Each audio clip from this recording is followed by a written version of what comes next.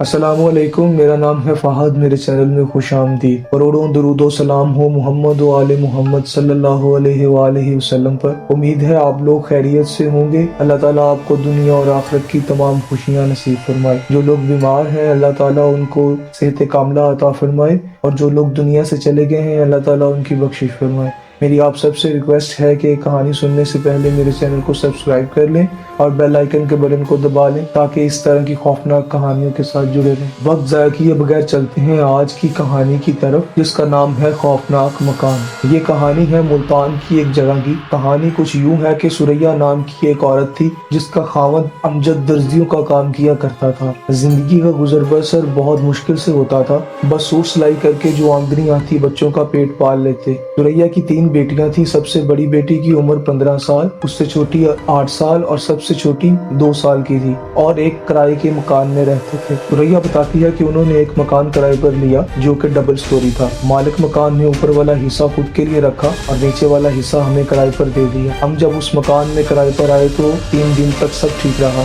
चौथे दिन रात को यूं महसूस हुआ जैसे छत पर कोई हथौड़े और छानी से कुछ खोद रहा हो। सारी रात मुसलसल आवाज आती रही और ये सिलसिला रोज 10 बजे के बाद रात को शुरू हो जाता, और हमारी छोटी बेटी जब भी उसे वॉशरूम जाना होता तो आंखों पर हाथ रख कर जाती और कहती मुझे डर लगता है। आखिरकार मैंने मालिक मकान की बीवी, जिसका नाम रजिया था, उसको कहा कि रात को छत से इस तरह की आवाजें आती हैं, मगर उसने कहा कि नहीं, ऐसा कुछ नहीं है, हमारे घर कोई ऐसा काम नहीं होता और ना ही हमें कोई ऐसी आवाज आती है। आखिर हमने वो इग्नोर किया। अगली रात वो आवाज बंद हो गई और हमने शुक्र अदा किया। अब ऐसा होने लगा कि एक बिल्ली जिसका रंग काला, आंखें चमकती हुई बड़ी और कान भी कुछ आम बिल्लियों से बड़े और जिसामत में भी आम बिल्लियों से काफी बड़ी थी, रोज रात में आ जाती, और हम उसको अगर बाहर निकाल कर दरवाजा भी बंद कर देते तो फिर भी वो कहीं न कहीं से आ जाती। कभी खिड़की में बैठी हुई होती, कभी दरवाजे में। किसी भी हाल में वो हमारा पीछा न छोड़ती, कोई नुकसान न करती। अगर उसको कुछ खाने को देते तो वो ना खाती, बस हम जहाँ बैठे होते वहीं बैठकर हमें उन खौफनाक आंखों से देखती रहती। एक दिन मैं बर्तन धोने के लिए बाहर गई तो देखा कि बाहर बर्तन धोने वाली जगह पर उनके छींटे हैं। मैं देखकर घबरा गई और अपने खावंद को बुलाया। उसने देखकर कहा कि मकान मालिक को इसके बारे में बताते हैं, और पानी डालकर वो साफ कर दिया। उन दिनों सरकारी पानी आया करता था। रजिया ने आवाज दी कि पानी आ चुका है, अपने बर्तन भर लें।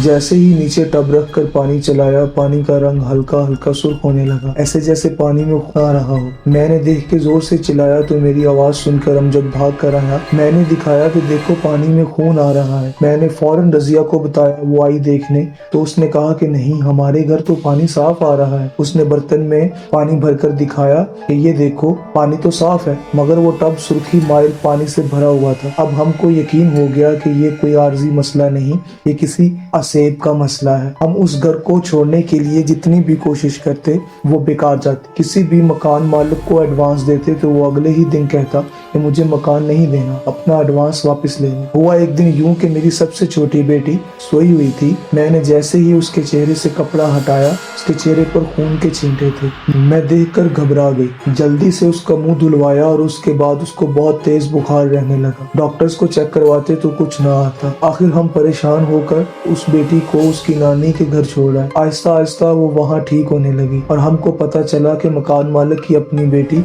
जिसकी उम्र मेरी बेटी जितनी ही थी, वो भी इसी तरह बीमार रहने लगी और बहुत इलाज के बाद भी उसका इंतकाल हो गया। हालात कुछ यूं हो गए कि हमारे बंद करने के बाद भी रात को तमाम लाइटें खुद ब खुद ऑन हो जाती और पंखे खुद ब खुद चलने लगते। अमजद जो कि सिलाई वाली मशीन चलाया करते थे वो भी ऑन ऑफ होने लगती। सारी रात हम सो ना पाते। आखिरकार मैंने एक चादर ली जिस पर चारों कुल शरीफ लिखे हुए थे, वो एक दीवार पर लगाई और टीवी पर कुरान पाक की तिलावत चलाती। सारी रात उससे सुकून रहता और वो चीज हमारे नजदीक ना आती। एक रात मैंने एक खौफनाक ख्वाब देखा जिसमें एक औरत थी जिसके बड़े बड़े दांत थे और खौफनाक चेहरा, और उसके साथ 2 बच्चे थे जिनका भी खौफनाक चेहरा था। वो मेरे सामने खड़े थे और औरत बोली कि ये हमारी मलकियत है, ये जगह छोड़कर चले जाओ वरना हम तुम सबको मार देंगे। मैं डर कर उठी और मैंने वो ख्वाब अपने खावंद को सुनाया और हमने फैसला किया कि अब हम इस घर में नहीं रहेंगे और इसको छोड़ देंगे। मैं रजिया के पास गई और कहा कि हम ये जगह छोड़ रहे हैं और अपना सामान उठा रहे हैं, हम मजीद इस घर में नहीं रहेंगे, हमारा जो हिसाब किताब है वो क्लियर कर दो। उसके बहुत इसरार के बाद بعد بھی